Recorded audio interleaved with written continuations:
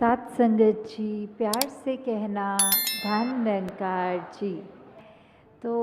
ये जो प्रमाण है कि आप सब संत शुरू से ही वही शिक्षा ले रहे हैं जो युगों युगों से संतों ने बताया है कि कैसे ये संसार में सिर्फ प्यार की ज़रूरत है, कैसे इस संसार में अगर हम एक अच्छे मनुष्य बनेंगे तो ही ये हमारा जीवन सफल माना जाता है। कैसे हम अगर आए हैं तो हमारे जीवन की घड़ियाँ तो सीमित ही हैं, तो हमने जितना जीवन है उसको एक अच्छा जीवन कहलाने के लायक बनाना है तो क्या करना है। उसमें हमें ये अपने आप की सबसे पहले पहचान करनी है कि हम एक मनुष्य के शरीर में हैं तो क्या हम सिर्फ शरीर ही हैं या कुछ और हैं। तो अगर इसी को ज़्यादा गहराई में लेके जाएं तो बात वही है कि ये परमात्मा जो है ये पूरे ब्रह्मांड के एक छोटे छोटे कण से लेके बड़े बड़े प्लैनेट्स और हर एक चीज़ में है। तो कैसे एक इसी का अंश हम सबके अंदर जो है उसकी पहचान जो हो जाए। और अगर कहते हैं कि जब ये प्राण निकल जाते हैं तो ये शरीर छोड़ने वाली बात जो आती है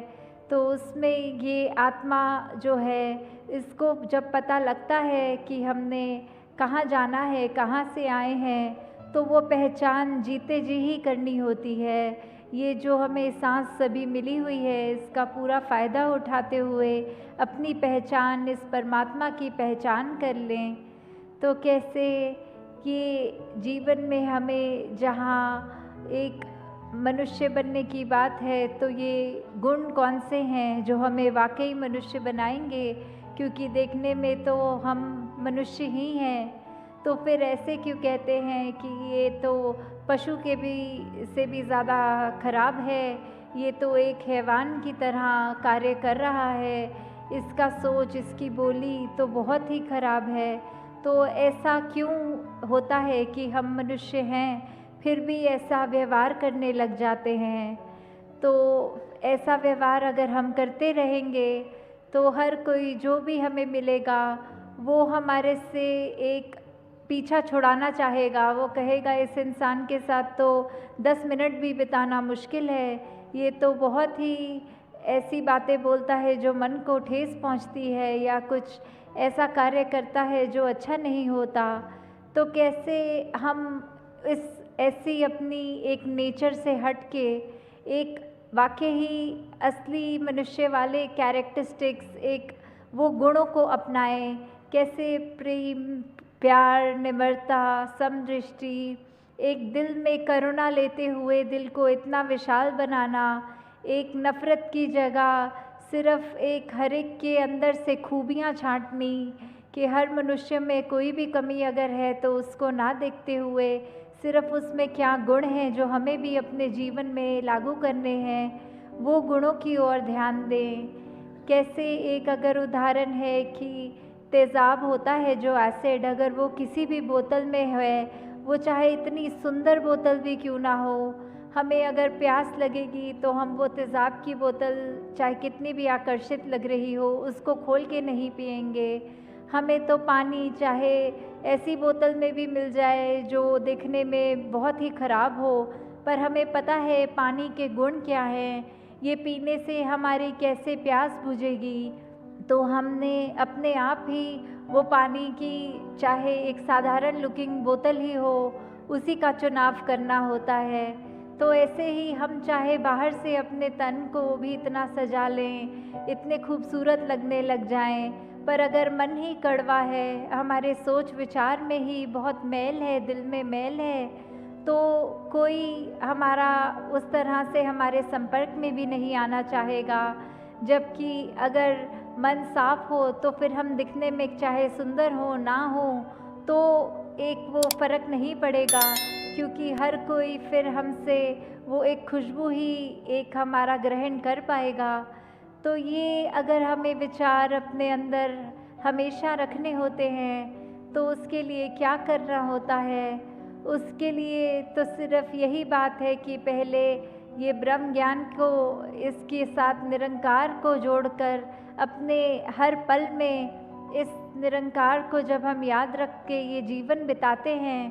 तो वाकई ही ये दिन, ये जीवन, ये पल, ये घड़ियाँ बहुत ही खूबसूरत हो जाती हैं। हमारे अंदर ऐसी अच्छे गुणों का एक असर दिखने लगता है। वो मार्ग एक सेवा, सुमिरन और सत्संग के द्वारा, जो आज भी जैसे सत्संग में अनेकों महापुरुषों ने इतने हमें ऐसी बातों के साथ रूबरू कराया कि वो बात अगर एक भी पकड़ के अपने जीवन में डालें तो वो जीवन कितना सुंदर बन सकता है। कैसे इस परमात्मा के साथ अगर ये लिव जुड़ जाए, ये एक लगन लग रही है तो भक्ति वाकई ही हमारी इसमें हो रही है जीते जी। तो ये तो एहसास वैसा एहसास है जैसे एक माँ होती है, उसको अपने बच्चे के वो याद करने के लिए कोई ख़ास समय नहीं निकालना पड़ता। वो दिन का कोई भी अगर कार्य कर रही हो, जो बच्चा स्कूल गया है तो वो खाना भी बना लेंगी, वो ऑफिस में भी होंगी, वो कुछ भी ऐसा कार्य करेंगी, पर ध्यान यही होगा कि अभी बच्चा, उसका स्कूल में ब्रेक टाइम चल रहा होगा, अभी वो कोई एक सब्जेक्ट की उसकी क्लास चल रही होगी। तो ऐसे ही हम कोई भी कार्य करें तो इस परमात्मा का एहसास हमारे अंदर साथ साथ रह सकता है। कैसे हम अगर एक जीवन में ये बात अपना लें कि ये सुमिरन तो हम कुछ भी करते हुए कर सकते हैं, ये जब भी समय मिले सत्संग का, सत्संग में आएँ और सब वो अच्छे बातों को, अच्छे गुणों को ग्रहण करें। कैसे फिर वो मन स्वयं हमारा सेवा के प्रति भी एक भागेगा कि ये करना है, हर एक के लिए, पूरी मानवता के लिए हम कुछ भी अपना अच्छा कंट्रीब्यूशन दे सकें तो वो हमें किसी को बताना नहीं पड़ेगा। खुद ही हमारा मन वो एक अपने समर्पित भाव से ये सेवा करने के लिए भी हर एक को वो एक रहेगा आगे। तो कैसे जीवन में हमें एक यही बातें रखकर कि हमें अपने जीवन में सिर्फ अपनी चेतनता के साथ, जब इस परमात्मा का हमें बोध हो गया तो ये चेतनता रखते हुए पल पल गुजारना है और उसमें ही हमें ये एक सूझी मिल जाती है, एक ये रास्ता पता लग जाता है कि ऐसा कोई सिचुएशन है तो हमने क्या करना है। अगर मान लीजिए कोई, अगर बच्चे हैं उनके एग्ज़ाम्स या पढ़ाई हर दिन वो बच्चा अच्छा करता है तो उसको अगर कोई सरप्राइज़ टेस्ट भी ले ले टीचर तो उसको बिल्कुल डर नहीं होता। पर अगर कोई ऐसा बच्चा है जिसने पढ़ाई ही नहीं करी तो उसको तो वो सरप्राइज़ टेस्ट से बहुत डर लगेगा कि इसकी तैयारी नहीं है और टीचर ने ले लिया। तो कैसे फिर वही बात कि हम अगर अपने पल पल में इस परमात्मा को डालेंगे तो कोई भी स्थिति आएगी जीवन में हमें वो घबराहट नहीं होगी। वो परमात्मा हमारे आगे कोई भी एक परीक्षा रखे, उसमें हमने वो सही कर्म करना है, सही सोच रखनी है,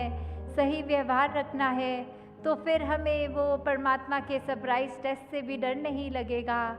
और हमें हर स्थिति में पता लगेगा कि ये संतमति है, ये ही मार्ग है, इसको अपनाएंगे तो सब कार्य अपने आप एक सहज भाव में अच्छे अच्छे होते जाएंगे। तो दासी आपका और समय नहीं लेगी, तो दासी इन्हीं शब्दों से आपसे आज्ञा लेगी कि दातार हर एक पे कृपा करे कि ये भक्ति भरा जीवन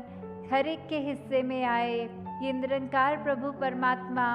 हर एक के जीवन में पल पल उस तरह हर एक कोई उसको याद रखे, जैसे ये सांसें हम ऐसे ले रहे हैं वैसे ही ये परमात्मा का सुमिरन अंदर चलता रहे। साथ संगत जी प्यार से कहना, धन निरंकार जी।